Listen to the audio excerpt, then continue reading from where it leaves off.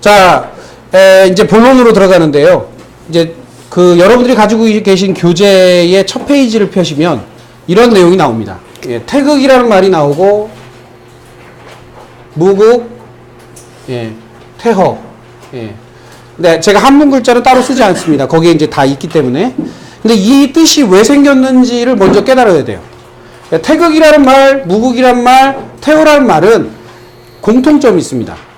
태극이라는 것은 무한적으로 반복되는 의미를 갖고 있고요. 그러니까 무한대로 반복되는 의미. 무국이라는 것은 끝이 없다라는 뜻이에요. 퇴허라는 것은 범위를 알 수 없다라는 얘기입니다. 그리고 공통사항이죠.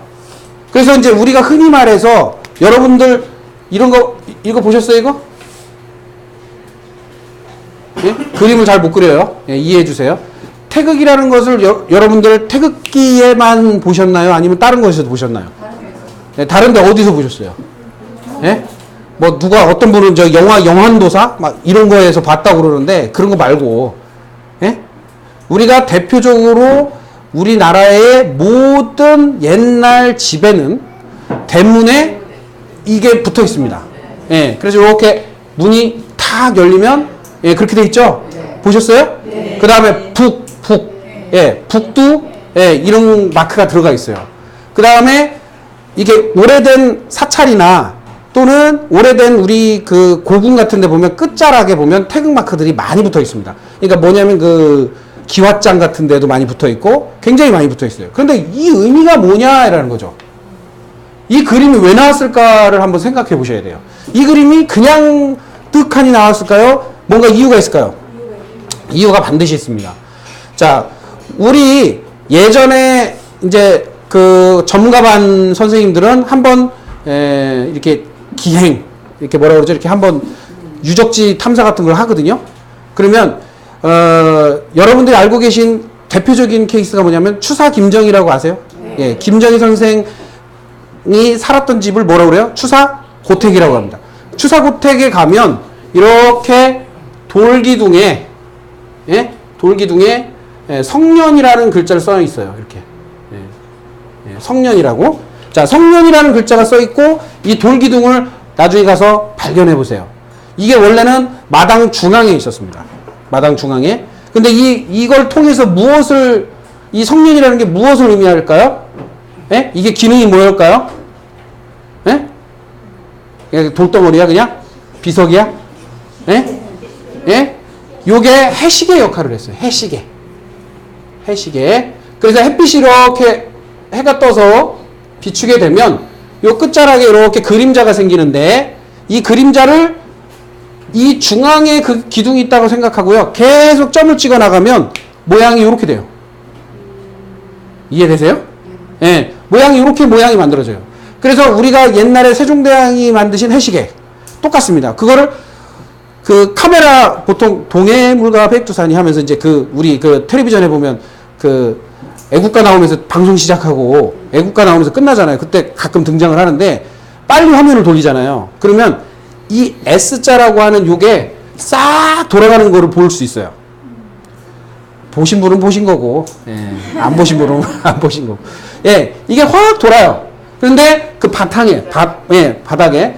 그래서 이 기둥에 햇빛이 비추인 상태를 확인해서 시간과 그 다음에 계절의 것을 알아냈던 거예요.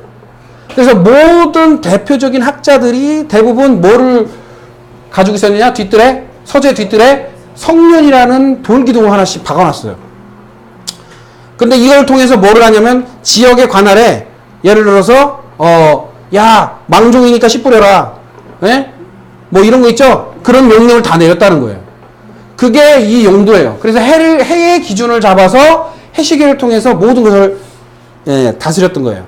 근데 중요한 거는 예전에 고조선이라고 하는 나라가 있었고 나중에 조선이라는 나라가 생겼어요. 똑같은 조선이에요. 이게 무슨 얘기냐면 빛조자에 아름다울 선자 뭐 그렇게 해가지고 빛의 나라 이런 뜻이에요. 그러니까 조선이라는 말은 빛의 나라인데 이 왜 빛의 나라가 됐느냐면 이 빛을 조량 즉 빛의 양을 측정하는 학문 즉 역학이라고 하는 이 학문을 기준으로 해서 세워진 나라기 때문이에요. 그래서 역학이라는 학문이 성균관이라고 하는 국립 왕실 교육기관에서 교과목으로 몇 퍼센트? 60%를 차지할 정도로 귀중한 학문이었다는 거죠. 근데 이 역학을 한 사람의 대표적인 케이스가 누구냐? 성균관 나온 다. 그 다음에 세종대왕 포함해서 다. 조선시대에 있었던 학자들은 다 역학 배웠어요. 그러면 그 사람들 중에 율곡, 이이, 퇴계이황, 유성룡, 추사김정희 비롯해서 또 여러분들이 잘 알고 있는 동의수세보원을 만든 이재마, 허준 선생 다 이 공부한 사람들이에요. 근데 그거로 점맞다고 한 사실은 없습니다. 그런데 왜 점화됐냐 이거죠. 예? 그 일제강점기 때 퇴색됐어요. 일제강점기 때 다 왜곡됐어요. 실제로는 빛의 양을 확인해서 그것을 여러 가지 학문으로 계승발전시켰습니다. 그래서 수학도 이 안에 들어가 있고요. 역학 안에. 그 다음에 과학, 물리학, 탄도학, 심지어는 한의학까지 다 이것을 기준으로 해서 나타난 학문들이에요. 그런데 이걸 가지고 역학을 부인한다라는 말은 한의학을 부인한다라는 말이 되고요. 역학을 부인한다는 말은 동양적 수학체계도 부인한다는 말입니다. 그래서 서울대학교 중어중문학과 허성도 교수라는 분이 유명한 강의 속에서 이런 얘기를 해요. 뭐냐면 이 역학을 통해서 계산한 게 있는데 그게 지구의 공전주기. 지구가 한 바퀴 돌았을 때 365일 몇 시간 몇 초까지 계산을 해요. 그런데 나사에서 계산한 거, 현대사회에 인공위성 띄워놓고 계산기로 기계로 계산한 거랑 얼마나 차이 나냐면 단 1초 차이 납니다. 그러면 역학이라는 것은 굉장히 과학적이었다는 거예요. 그리고 여러분들이 알다시피 조선은 허무맹랑한 학문을 하는 시대가 아니었어요. 실학, 장영실이라고 하는 실학자가 나타나고 과학이 발달한 때였고 정약용 선생이라고 하는 사람도 역학자인데 기중기를 개발해서 물리학적 개념이 다 들어가 있어요. 그래서 이 역학은 화학, 물리학, 모든 관계학 이런 것들이 다 같이 들어가 있는 거예요. 심리학까지. 왜 그런 말을 드리냐면 지구 안에서 벌어지는 일이기 때문입니다. 지구 바깥은 관련이 없는데 지구 안에서 이 땅덩어리 안에서 벌어지는 일이기 때문입니다. 근데 이 학문이 언제부터 있었다? 고조선 이전부터 있었다. 왜? 자, 고조선이 건국될 때 무진년에 건국이 됐다라는 기록이 있어요. 그럼 무진이라는 말을 썼다라는 얘기는 그 전에 있었다 없었다?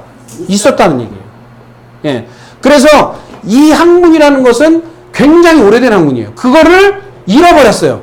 고려시대, 삼국시대를 통해서 다 잃어버렸다가 조선시대 때 뭐라고요? 복원한 겁니다. 예, 복원한 거예요. 그리고 복원함과 동시에 뭐가 나왔냐면 이 역학을 기반으로 하는 뭐가 나왔냐면 그 유명한 한글이 탄생을 합니다. 한글이 그냥 나온 게 아니에요. 역학을 토대로 해서 나온 거예요. 근데 사람들은 모르죠. 이게 한글이 역학인가? 자, 그 다음에 태극기의 건곤감리, 팔괘, 태극 다 어디 학문에서 나온 거예요? 역학. 자, 그럼 무슨 얘기냐? 태극기라는 모양은 역학에서 나온 모양이에요. 다시 말하면 빛의 조량, 빛의 흐름, 빛의 상태를 의미하는 것을 국기에다 집어넣은 상태예요.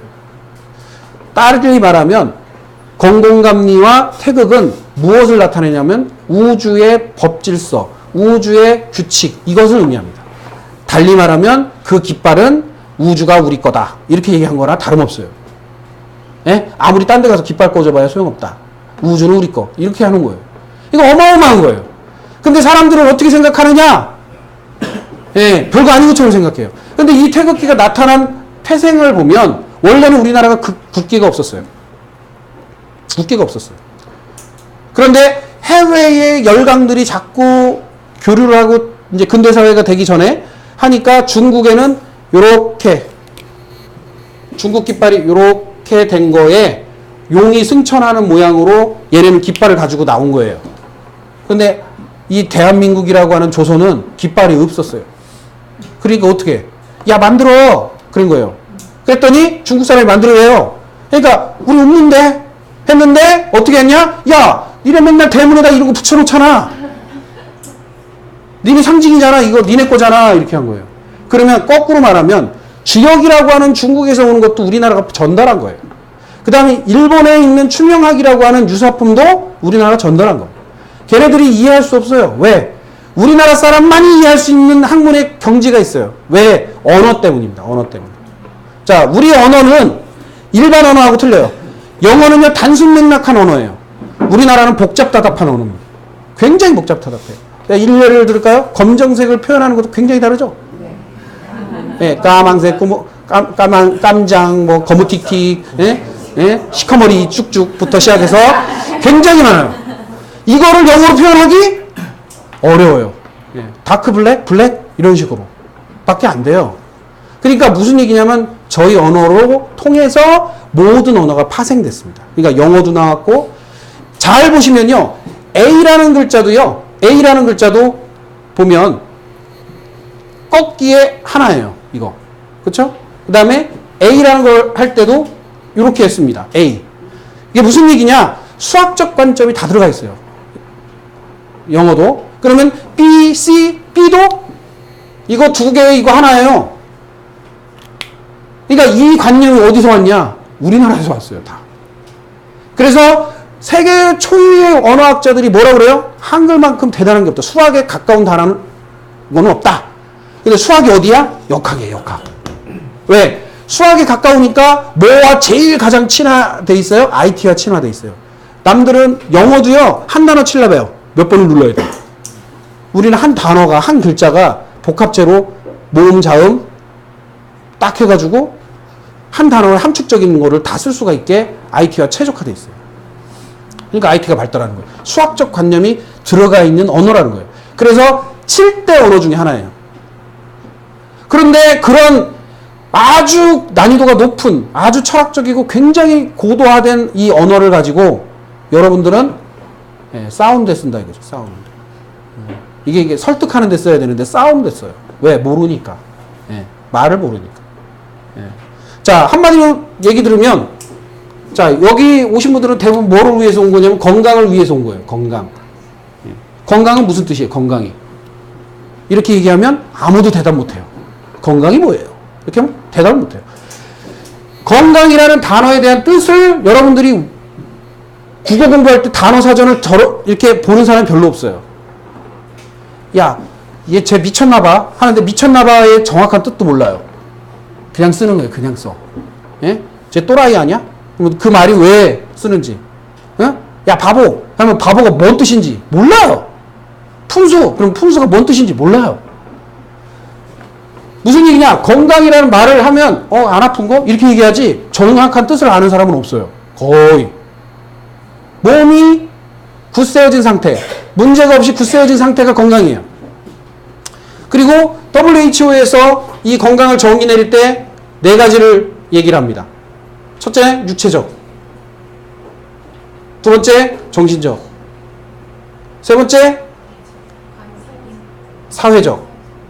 그 다음에 네 번째, 영적. 건강이 의로 안녕한 상태를 의미합니다. 안녕한 상태. 안녕한 상태. 안녕이 뭐예요? 예? 평안하다 이거예요. 평안하다. 예. 우리 저기 그 화성 밑에 보면요, 안녕이란 동네도 있어. 예. 보셨어요? 예. 안녕이란 동네도 있어. 안녕하세요라는 말은 뭐를 물어보는 거냐면 육체적으로, 정신적으로, 사회적으로, 영적으로 문제가 없냐라는 물음과 같은 거예요. 안녕하세요라는 거. 건강하냐 이런 뜻하고도 일맥합니다. 그러면 자, WHO라고 하는 세계보건기구에서 이 4가지를 어떤 의미에서 줬냐? 육체적이라는 것은 육체적으로 기능상 장애가 없는 것을 의미합니다. 육체적 건강이라는 기능적 장애. 야, 기능적 장애라는 것은 내가 어깨가 폭작지근해. 아니면 머리가 아파. 이것도 기능적 장애예요. 그것도 건강에 안 좋은 거예요. 건강하다라고 할 수가 없어요. 그 다음 정신적인 것은 근심 걱정이 없는 거예요. 쓸데없는 걱정, 쓸데없는 정신적 걱정거리가 없는 상태를 말합니다. 세 번째, 사회적이라는 것은 인간관계예요.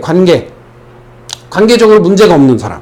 근데 이게 관계적인 게요, 서양적 의미하고 동양적 의미가 틀려요. 사회적인 관계라는 것은 뭐 예를 들어서 막 동물을 학대해. 사람한테는 괜찮은데 동물을 학대해. 이것도 사회적 관계가 문제가 있는 사람이에요. 예. 관계, 즉 모든 물질과 동물과 식물과 모든 것의 물질 함부로 하지 않는 이런 예. 지구상에 존재하는 것들과 함부로 하지 않는 관계를 유지하는 것. 예. 사회적 관계. 자, 그 다음에 영적인 것은 가치관 또는 양심이라는 의미도 있어요.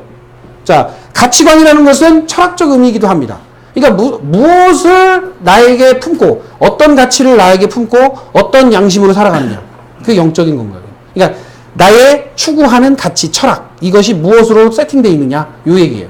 그러면 이 네 가지가 완벽하게 구성되어 있을 때 뭐하다? 건강하다 이렇게 얘기합니다. 근데 건강한 사람이 없어요. 네. 자, 육체적으로 건강한 사람 손 들어보세요. 없어요. 정신적? 없어요. 이거 네 가지 완벽하게 돼 있다고 생각하는 사람? 없어요. 예. 자, 양심, 거짓말 안 하고 사는 사람 있어요? 예. 하얀 거짓말이라도 하고 살지. 그렇잖아요. 이 완벽한 인간상을 추구하는 거죠. 그런데 이 건강을 추구하는 이 부분이 아까 전 시간에 말씀드린 질서에 부합되게, 모든 몸의 상태가 질서에 부합되게 움직이는 것이 건강한 겁니다. 그런데 여러분들은 아이러니하게도 앞에 놓인 핸드폰이나 자동차나 기구들, 냉장고, 텔레비를 기가 막히게 다루는데 내 몸속에 있는 간이 어떤 역할을 하는지, 위장이 어떤 역할을 하는지, 대장이 어떤 역할을 하는지는 40년 동안 같이 붙어 살아도 몰라요. 얘가 심각한 거예요. 예. 기본적으로 뭐부터 알아야 돼요? 나부터 알아야 된대요.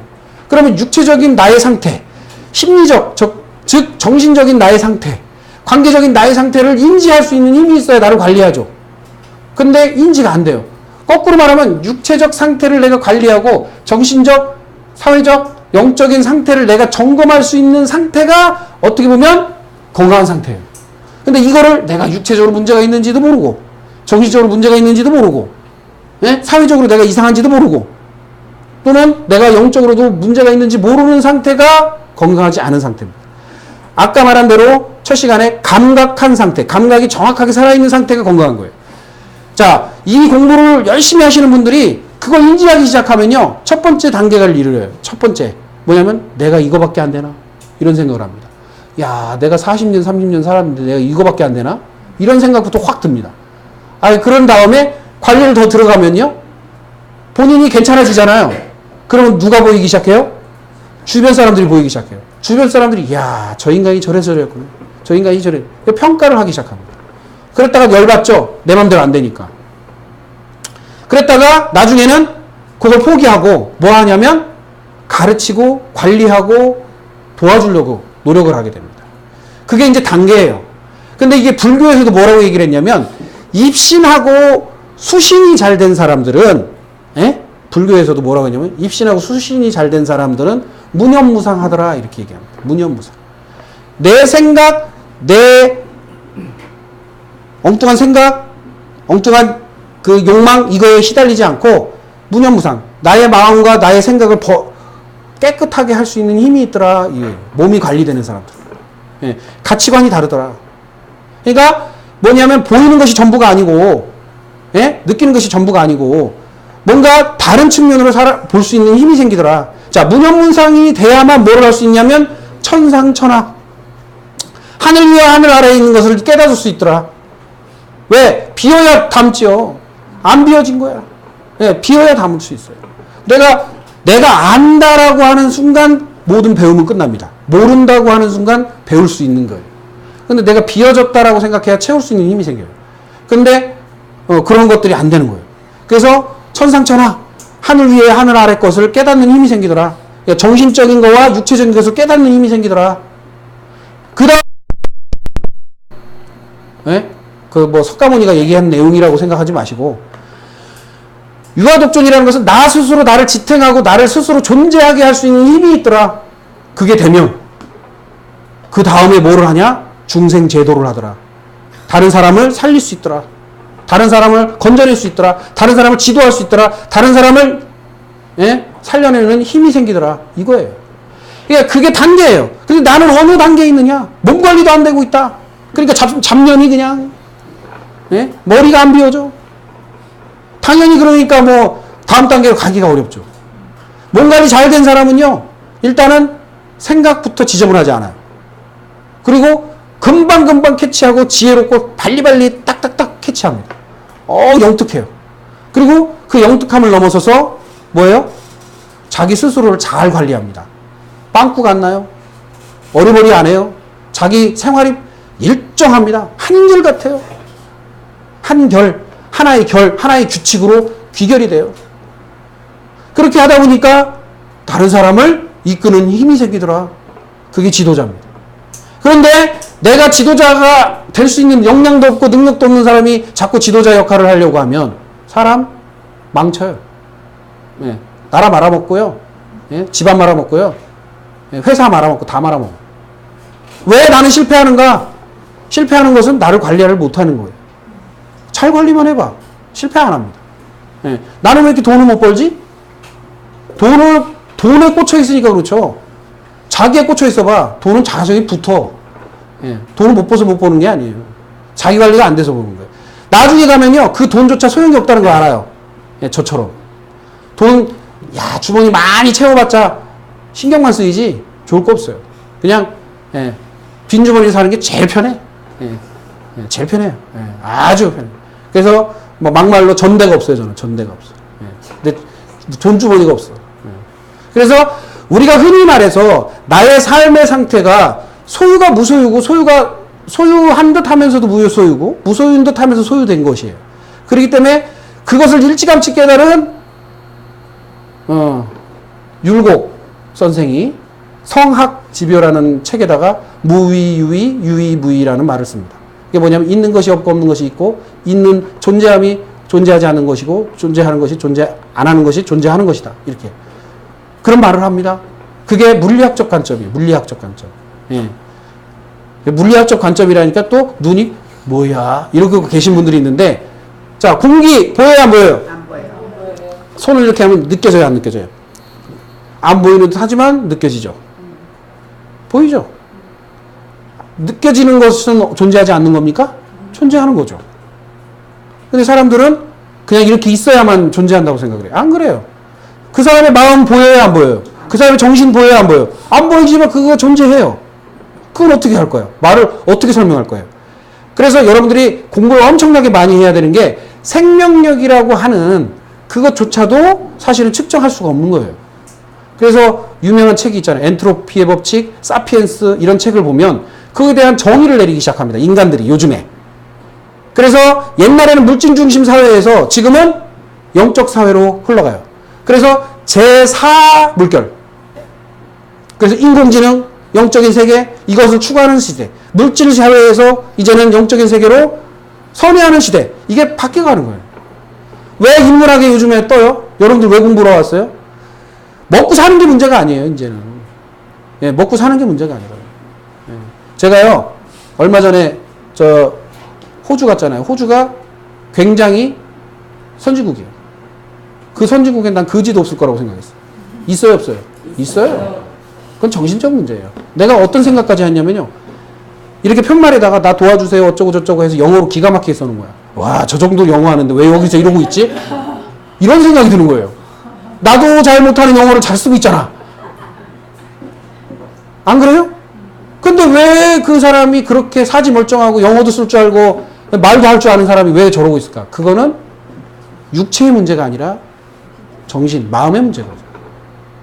그것이 양면화되어 있다는 거예요. 그래서 조선시대도 어의의 기준이 있어요. 어의의 기준. 어의의 등급의 기준.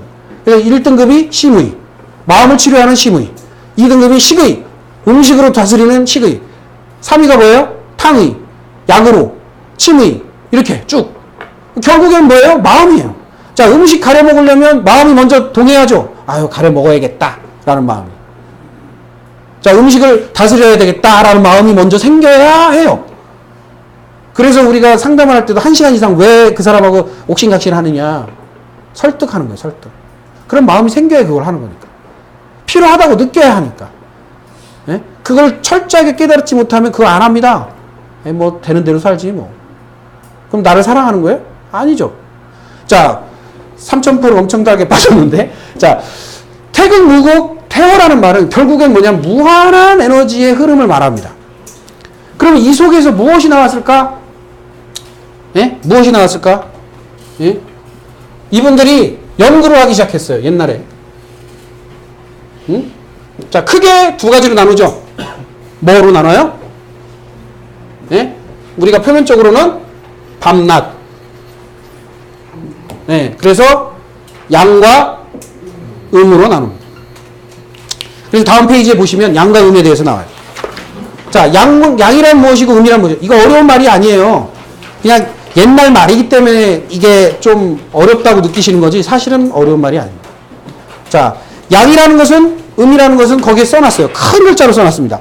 자, 음이란, 자, 뭐, 시작. 양을 수렴하여 합성하는 과정. 자, 양이란, 시작. 음을 분리시켜 상승하는 과정. 자, 보세요. 음이란, 뭐를 해요? 양을, 뭐 한다고 그래요? 네? 수렴하여, 자, 모아서, 그 다음에 뭐예요? 자, 하강하는 것이다. 이렇게 얘기해요. 내려온다. 내려옴. 자, 양이라는 게 이렇게 수렴돼서 하강하는 것이 뭐다? 음이다. 양이 수렴되어 하강하는 것이 음이다. 이게 좀 쉬워지죠? 예. 자, 그러면 반대로 양은 뭘까요? 예? 음을 분리. 자, 음을 분리. 자, 분리라는 것은 분해한다는 의미예요. 분해. 녹인다. 자, 분리시켜. 뭐 한다? 상승. 자, 뭐예요? 올린다. 내린다가 아니라 올린다. 하는 것이 뭐다? 양이다. 이렇게 얘기한 거예요. 이거로 모든 지구상의 흐름이 생겼다. 이 얘기예요. 야, 이게 뭐지? 그런데 이 흐름이 인체에도 정확하게 있습니다. 인체에도. 이걸 토대로 해서 의학이 발달하게 됩니다. 이거 별거 아닌 것 같아도 되게 심오한 거예요. 자, 예를 들어서 이거를 더 쉽게 표현하면, 자, 바닥에 물이 있어요. 이렇게. 땅이 있고 물이 있어요. 자, 햇빛이 딱 떴어요. 자, 빛과 열이 땅을 향해서 내려오게 되면, 이 수증기래네. 이 물은 어떻게 돼요? 예, 올라가죠. 뭐를 향해서? 예, 수증기라는 것을 통해서 올라갑니다. 그런데 이 수증기는 뭐 된 거예요? 물이? 그렇죠. 분리 또는 분해된 거죠. 분해돼서 뭐 한 거예요? 예, 상승한 상태. 그러니까 햇빛이 내려와서 요 작용이 일어난 것을 뭐 하다? 양하다라고 얘기한 거예요. 이해되세요? 자, 올라왔으면 끝이에요? 뭐가 생겨요? 내려오려면 어떻게 해야 돼요? 먼저 구름이 생기죠? 이렇게. 맞아요? 예, 이걸 뭐라고 그래요? 예, 수증기가 모아진 상태, 즉 수렴이 된 상태에서 모으다 엄청나게 모아서 새까매지면 어떻게 돼요? 떨어지죠? 하강하는 작용. 요걸 뭐다? 음이다. 이렇게 얘기한 거예요. 음이다. 양음. 이해되세요? 그러면 비라는 것은 이 기후학적으로 봤을 때도 수증기가 올라갔다가 다시 내려오는 이 순환이 음양에 좋아요. 그러니까 순환이라는 자체가 뭐냐?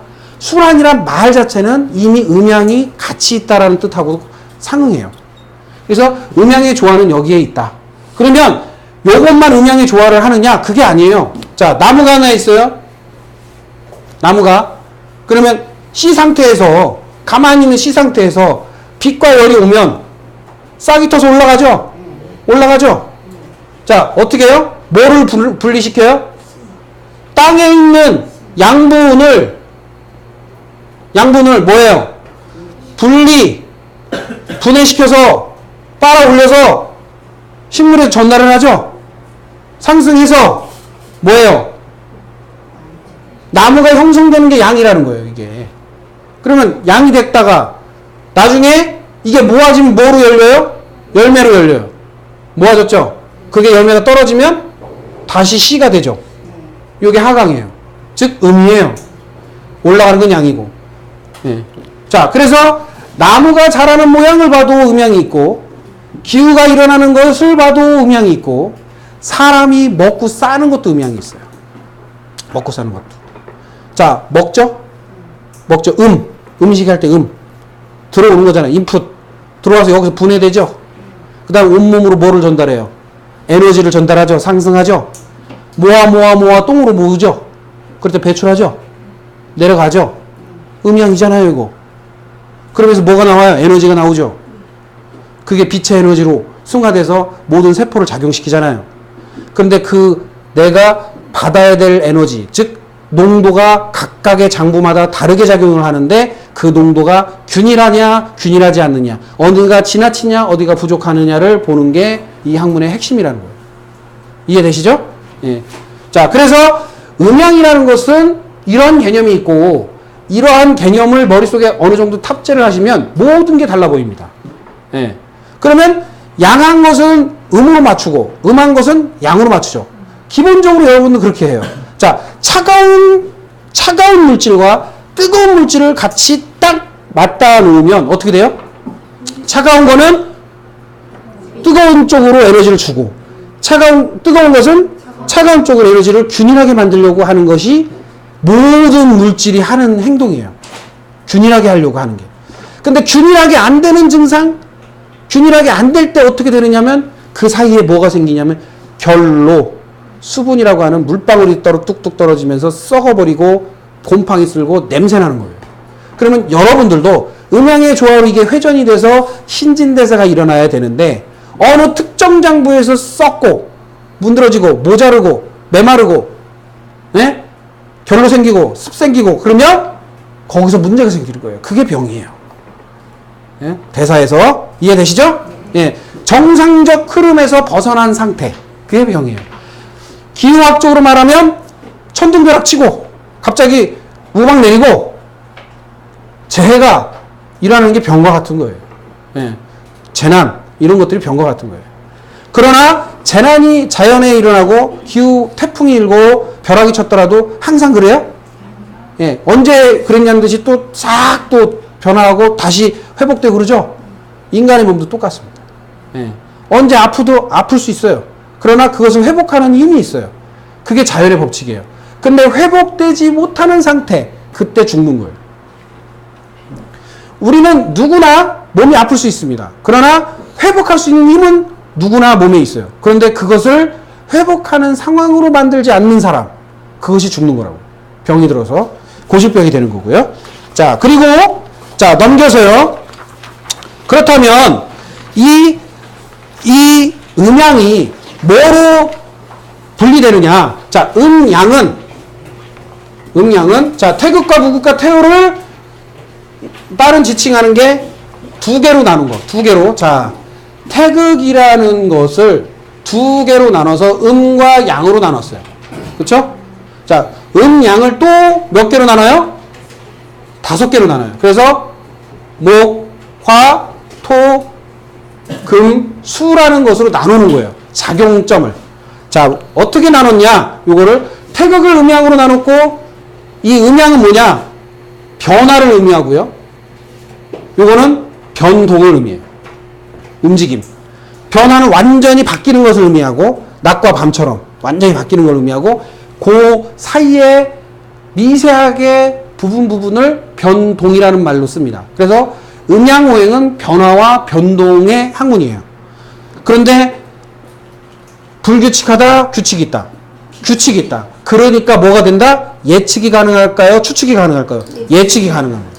네. 그래서 저희가 상담을 하다 보면 어떤 병에 노출될 수 있을 것이다 또는 어떤 병에 걸렸을 것이다 라는 것을 예측했을 때 왜 들어맞냐면 그런 순리적인 규칙성이 자연계에 존재하는 것처럼 똑같이 우리 몸에도 존재하기 때문이에요.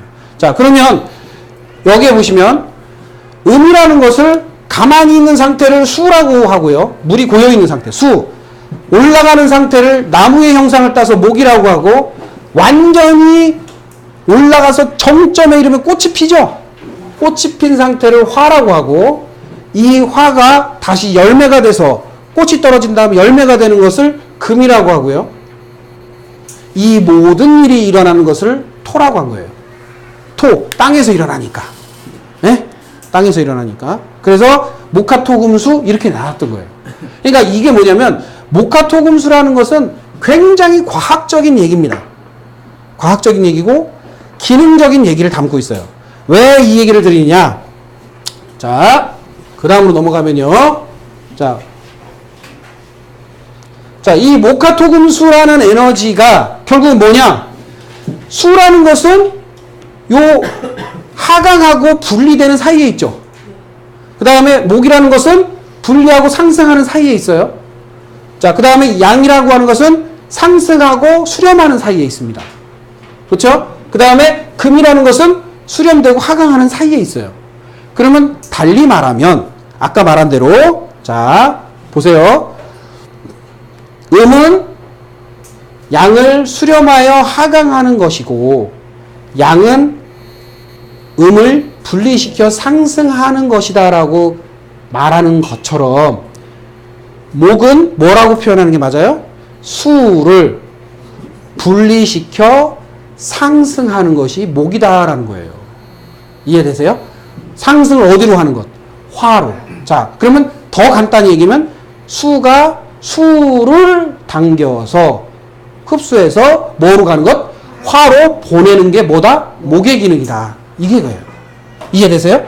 자, 그 다음에 그러면 목화 토로 넘어가거든요. 이렇게 토 이렇게 나중에 이제 더 심하게 배우는데 세심하게 배우는데 그럼 목은 그렇다 치요. 그러면 화는 뭐라고 해야 돼요? 목을 흡수해서 어디로 가려고? 토로 가는 게 화다. 이렇게 표현할 수 있다는 거죠. 그러니까 흐름이라는 것이 존재해야 된다는 거예요. 아까 말씀드린 것처럼 뭐예요? 변화라는 것은 음양적 관점이에요. 그런데 변동이라는 것은 뭐예요? 예? 오행적 관점인데 이 오행적 이 변동이라는 것은 뭐와 같다? 흐름과 같다. 이렇게 얘기하면 돼요. 흐름. 예. 이 흐름이라는 단어가 뭐냐? 자, 흘러 가는 것처럼 흐름이 있어야 된다. 자, 피가 흘러요. 피가 전달돼요. 피가 흐르죠. 물도 흐르고 다 흐릅니다. 그런 것처럼 우리 몸에도 다 흐름이 있어야 돼요. 근데 흐름이 끊겼을 때 병이 생기는 거예요. 그래서 요 관점을 가장 명확하게 이해할 수 있는 게 우주 법칙이에요. 자, 우주 법칙 볼까요? 자, 태양이 있어요. 태양하고 제일 가까운 게 행성이 있고, 그 다음 행성이 있고, 그 다음 행성이 있고, 이렇게 돼 있어요. 자, 제일 가까운 게 뭐예요? 네. 어떻게 하셔요? 대단한데? 예, 수성이에요. 그 다음, 예, 공부 좀 하셨네. 자, 그 다음에 지구. 그 다음에, 예, 화성. 자, 목성. 자, 해외의 외국 사람들은요, 이걸 머큐리, 비너스, 이런 단어를 씁니다. 행성들, 이름을. 근데 우리는 수, 금, 토, 화, 그 다음에 목. 요 단어를 써요. 이 의미는 뭘까요? 그 무슨 얘기냐? 이름을 정할 때 기능적 상태를 가지고 이야기를 했다는 얘기예요. 무슨 얘기냐? 그냥 지은 게 아니라는 거죠. 예? 예? 무슨 얘기냐? 제가 이렇게 키가 커요. 키가 크다 그러면 키 큰 애라고 이름을 지은 거예요. 원래 이름이 아니고 키 큰 애 이렇게 이름을 지은 거예요. 그럼 무슨 얘기냐? 수라는 것은 수성, 즉 차가운 에너지고 금이라는 것은 서늘한 에너지고 화라는 것은 뜨거운 에너지고 목이라는 것은 따뜻한 에너지예요. 그러면 이게 어느 곳 입장에서 지은 거예요? 지구라는 곳에서 사는 사람들 입장에 지은 거죠. 그러니까 옛날 어른들이 천문대에서 열심히 관찰을 해보니 수성이라는 것이 등장을 하면 뭐가 오더라? 겨울이 오더라. 금성이라는 게 등장을 하면 가을이 오더라. 그 다음에 화성이라는 게 등장하면 여름이 오더라. 목성이 등장하면 봄이 오더라. 이 얘기예요. 근데 왜 가장 차갑다라고 하는, 냉하다고 하는 이 수라는 것을 여기다가 말해놨을까? 그거는 지구 입장에서 말했기 때문이에요. 지구 입장에서 이 수라는 것이, 수성이라는 것이 등장했을 때 추우니까. 근데 왜 추워질까? 과학적 원리가 있습니다. 태양에서 빛이 와요? 근데 가까이서 태양 난로를 마치 가린 것처럼 수성이 가려요. 그러면 지구에 따뜻한 온기가 덜 오겠죠? 그때 겨울이 돼요. 금성은 좀 떨어져서 막아요. 그러니까 그때는 서늘해요. 아예 없고 화성이 있을 때는 왜 여름일까요? 얘도 반사를 하잖아요. 그럼 뒤통수, 앞통수, 뒤통수로 다 뜨거워. 그러니까 삼복더위, 열이 양쪽으로 받으니까 더운 거예요. 목성은 멀리 떨어져서 있으니까 별로 영향을 주지 않으니까 그냥 따뜻한 거예요. 이 형태를 그대로 적용한 게 이거예요. 그러니까 무슨 얘기냐? 목화토금수라는 게 허무맹랑한 소리가 아니라 우주의 법칙이 그대로 적용된 게 음양오행이고, 음양이라는 관점은 뭐냐면 보인다 안 보인다예요. 자, 수성이 보일 때와 목성이 보일 때가 있고 수성 보이고 안 보일 때가 있죠. 요거를 글자적으로 표현해 놓은 거예요. 글자적으로.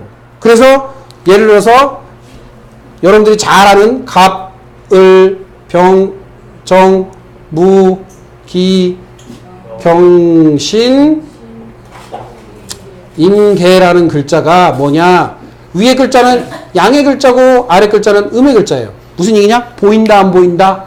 그 에너지가 보인다 안 보인다. 그럴 때마다 글자로 표현해 놓은 거예요. 그런데 중요한 건 왜 글자로 표현했을까? 숫자가 아니고, 그건 무슨 얘기냐? 그 보임과 안 보임을 통해서 뭔가 상태가 일어나더라. 뭔가 이유가 있더라. 자, 보세요. 나무가 뿌리를 내릴 때와 나무가 자랄 때가 있어요. 그러면 을이라는 에너지가 지구에 도달을 하면 뿌리가 잘 내리고, 갑이라는 에너지가 전달이 될 때는 잘 자라더라. 예를 들면. 그 다음에 병이라는 에너지가 되더라면 모든 곳이 따뜻해지고, 정이라는 에너지가 하면 부분적으로 따뜻하더라. 이런 에너지를 다 한 가지씩 다 분리해서 표현해 놓은 글자들이에요. 그러니까 무슨 얘기냐? 이게 가불병정 무기경신 임계라는 말만 해도 무슨 전보는 줄 알아. 그게 아니에요. 이거는 정확하게 나사의 지구 궤도, 즉 지구의 천체가 움직이는 궤도하고 일치성을 갖고 있습니다.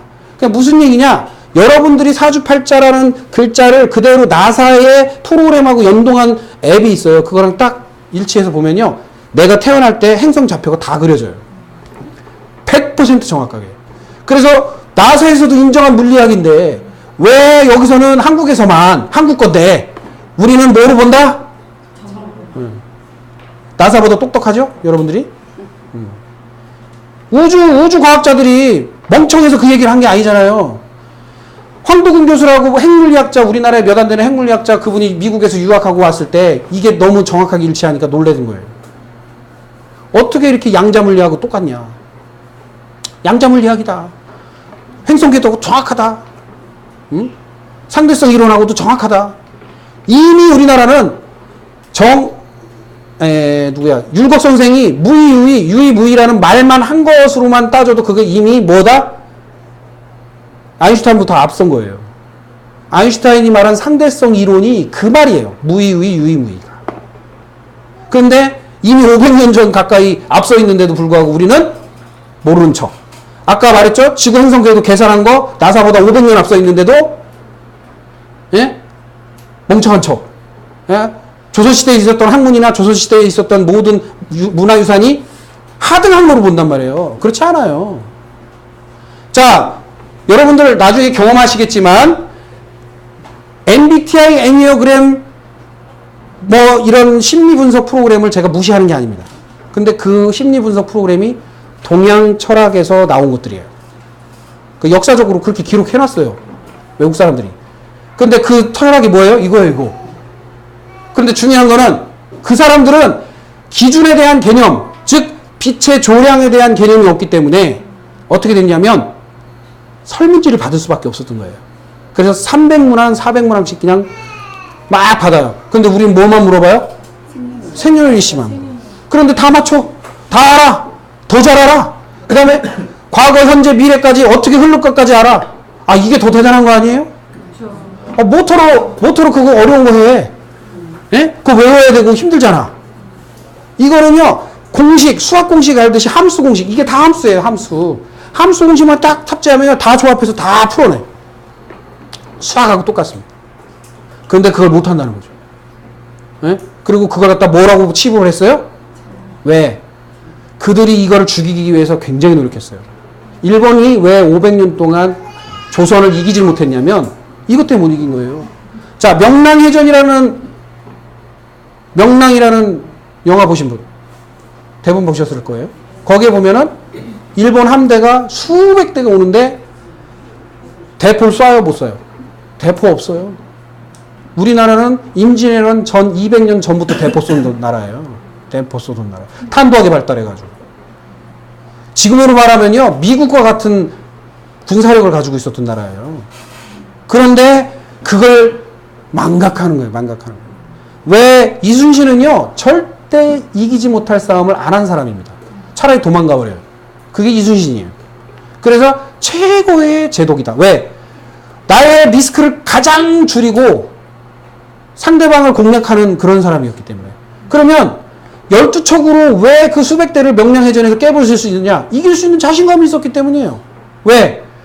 물론 그것을 이용하는 그 해도를 이용하는 부분도 있었지만 거기서 대포를 몰아놓고 그냥 갈겨댄 거예요. 총으로 쏠 수 있는 한계와 대포로 쏠 수 있는 한계가 있었기 때문에.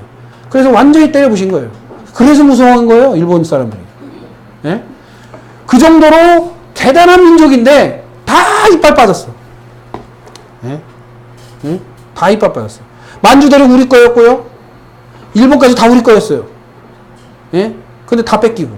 왜? 뭐 때문에 힘을 잃었을까요? 빛을 잃어서. 이 학문의 빛을 잃었어요. 조선시대 후반부에 당파 싸움이나 다른 철학이 들어오면서 빛을 잃어버립니다. 기준을 잃어버려요. 그러니까 혼탁해지죠? 그러니까 맨날 싸우기나 해요. 기준이 없으니까. 기준에 따라서 움직이면 되는데. 그런데 왜 조선 초기에는 강성대국이 했을까요? 그 기준을 지켜왔기 때문에.